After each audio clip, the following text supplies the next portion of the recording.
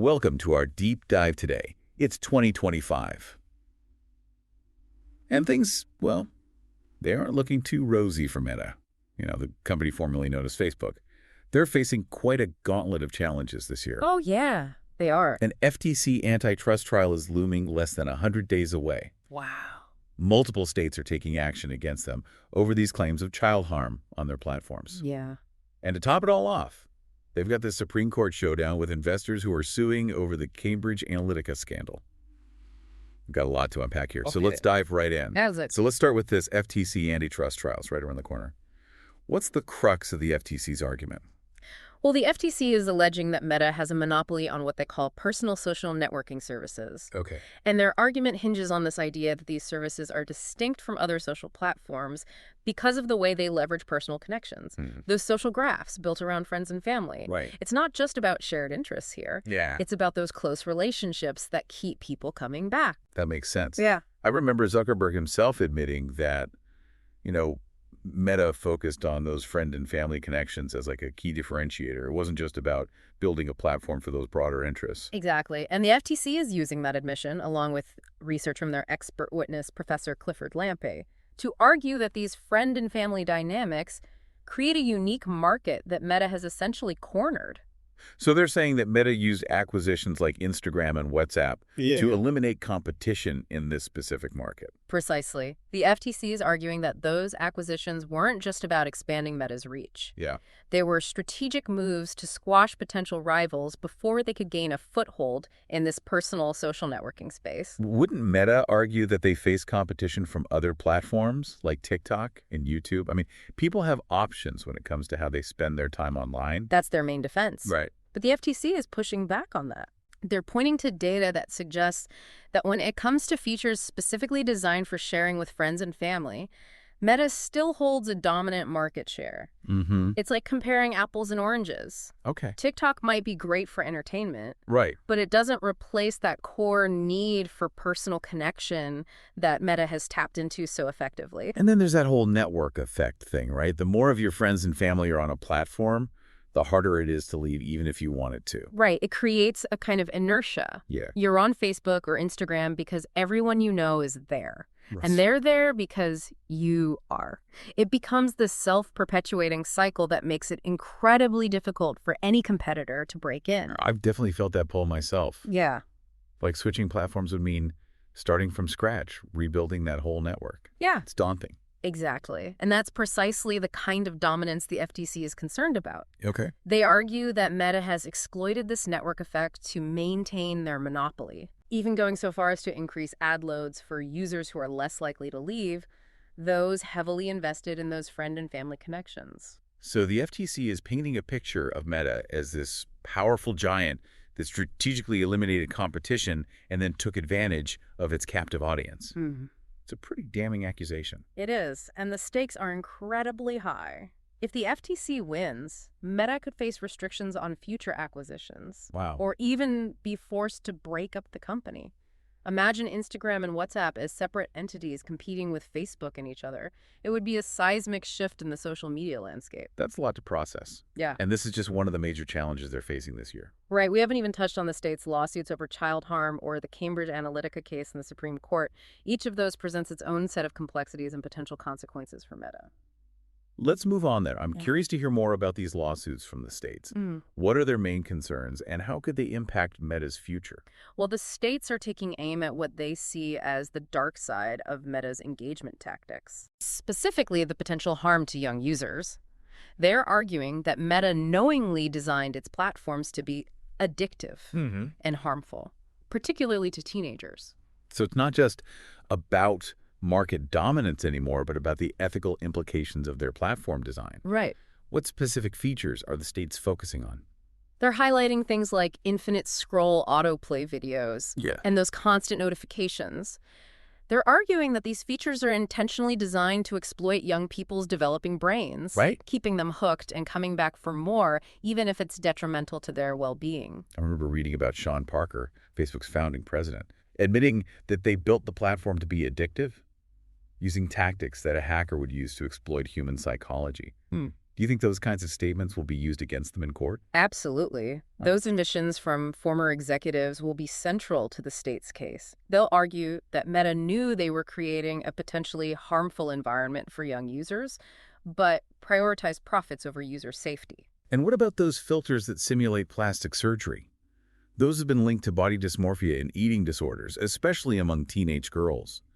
Are the states addressing those as well? Yes. The states are going after those filters aggressively. They're claiming that Meta was repeatedly warned about the dangers of these filters, even by their own internal experts. Really? They point to specific instances where Meta's own head of policy warned about the potential for these filters to actively encourage young girls into body dysmorphia. Wow, that's a pretty damning accusation. Did Meta address those concerns at all? Well, the states are arguing that not only did Meta ignore these internal warnings, but also actively downplayed the results of their own research about the negative impacts of their platforms on teenagers. Oh, wow. They even criticized the researchers' methodologies when the findings weren't favorable. It's almost like they were trying to bury the evidence. It's starting to feel like a pattern, isn't it? First acquiring potential rivals to eliminate competition, then ignoring internal warnings about harm to users, all to protect their bottom line. That's the narrative the states are building, and it's a compelling one. Yeah. They're going to argue that Meta had the resources and the knowledge to make their platforms safer for children, but chose not to because it might have impacted their profits. So what are the potential outcomes if the states are successful with these lawsuits? If the states win, Meta could be forced to make significant changes to their platform design. They might have to remove those addictive features like infinite scroll and autoplay, implement stricter age verification measures, and even face restrictions on how they target ads to young users. It could fundamentally change the way we experience social media. It sounds like a win for child safety. Yeah. But I wonder if those changes could also make these platforms less engaging for users overall. It's a tricky balance, isn't it? It is. Yeah. And that's a debate that's likely to rage on regardless of the outcome of these cases. Is it possible to create a social media environment that's both engaging and safe, especially for young people? That's the million-dollar question. So we've got this FTC antitrust case focusing on Meta's market dominance and these lawsuits from the states targeting their impact on children. It's already a lot to handle. But then there's that Cambridge Analytica case looming in the Supreme Court. What are the key issues there, and how could that impact Meta's future? This Cambridge Analytica case, it feels like ancient history, but it's coming back to haunt Meta in a big way with this Supreme Court trial. It is. What's the gist of this case? This case brings us back to data privacy, a topic that's been a thorn in Meta's side for years. Yeah. If you recall, the Cambridge Analytica scandal involved this political consulting firm harvesting data from millions of Facebook users without their consent. Right. And then using that data for targeted political advertising. It was a massive breach of trust. And it raised serious concerns about how Meta handles user data and its potential for misuse. Right. It was a huge deal at the time. But how does that translate into a lawsuit now, all these years later? Well, in this case, it's not users suing Meta directly, but investors. They're alleging that Meta misled them about their data privacy practices, which caused financial harm when the scandal broke and their stock value plummeted. Essentially, they're arguing that Meta downplayed the severity of their data privacy problems, which impacted investor confidence and ultimately hurt their bottom line. So it's less about the ethical implications of data privacy and more about the financial consequences for Meta and its investors. That's right. This case is about accountability to shareholders. The investors are claiming that Meta had a responsibility to be transparent about their data privacy vulnerabilities, and that their failure to do so had direct financial repercussions. This case could set a precedent for how tech companies handle user data and their responsibility to be upfront with investors about potential risks, couldn't it? Absolutely. If the Supreme Court rules in favor of the investors, it could send shockwaves through the tech industry. Wow.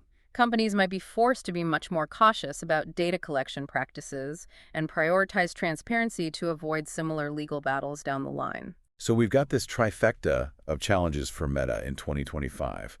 The FTC antitrust trial lawsuits from states over child harm, and now the Supreme Court case focused on data privacy and investor responsibility. It seems like they're fighting battles on all fronts.